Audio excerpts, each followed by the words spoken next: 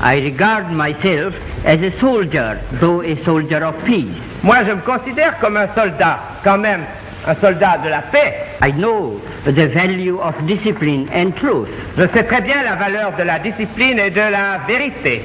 I must ask you to believe me when I say that I have never made a statement of this description, that the masses of India, if it became necessary, would resort to violence. En attendant, laissez-moi vous dire que je n'ai jamais dit que les masses de l'Inde, si c'était nécessaire, recourraient à la violence. I regard myself as incapable in my lucid moments of making a statement of this character.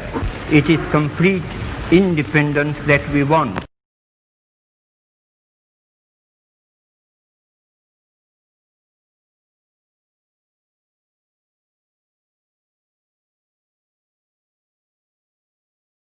एक हाथ से तो ताली नहीं बन सकती है, मुझको सब हाथ मिले तब बड़ी ताली में बजा सकता हूँ और तब मैं सारी दुनिया को हंसा सकता हूँ। और पीछे दुनिया क्या कहेगी कि अगर कोई मुल्क को आज़ाद होना चाहिए वो तो हिंदुस्तान इस आज़ादी के लिए मुल्क है।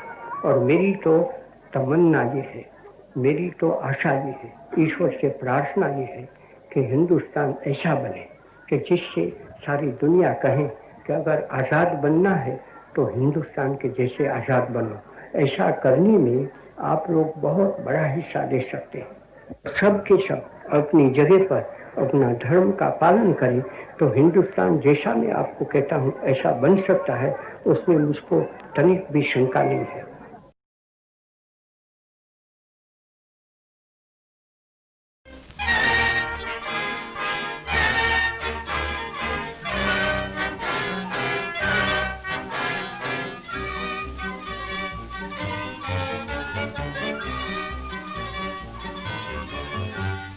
Here he is at last, the mystery man of India.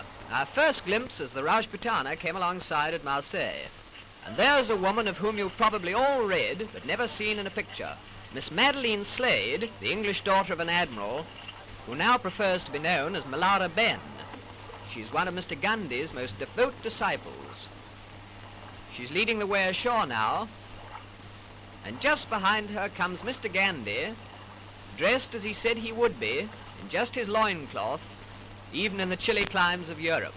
And he's carrying with him his pots and pans, which he declared at the customs.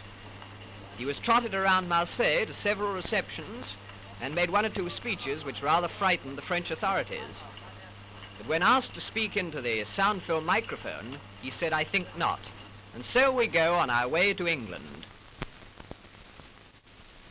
Well, here we are at Folkestone, with the Biarritz coming alongside, and as Gandhi said, in proper English weather, pouring rain and bitterly cold. Miss Slade was the first ashore to tend to the luggage, that is, the goat's milk, etc. She was followed by Gandhi's son, and then came the little man, still scantily clad, but with an extremely wet blanket around his tiny frame. I'm sure he must have been frozen. We were in thick overcoats. He picked his way through the puddles along the quay side, and he was wearing sandals, by the way, to the waiting motor car, for he decided that he'd rather go up to London by road. He insisted on sitting up in the front seat with the driver. He said that he could see better that way. So he tucked himself in, and so off to London, whilst his followers went by the boat train. In town, quite a lot of people had waited in the pouring rain outside the Friends Meeting House on the Euston Road to see what he really looked like. But at first they were quite disappointed because he went in the back way. But shortly afterwards he left by the front way. And then they really did see quite a lot of him, even his knees.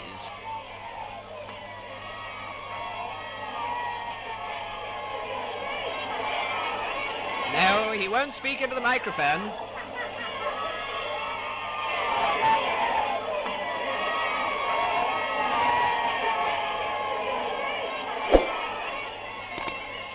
And so to his poplar home, where we leave this bizarre little man, whose coming has caused so much comment, complete with loincloth, spinning wheel and goat's milk, feeling sure that he cannot complain of his reception or the publicity he has received, from which, by the way, we always understood that he shrank.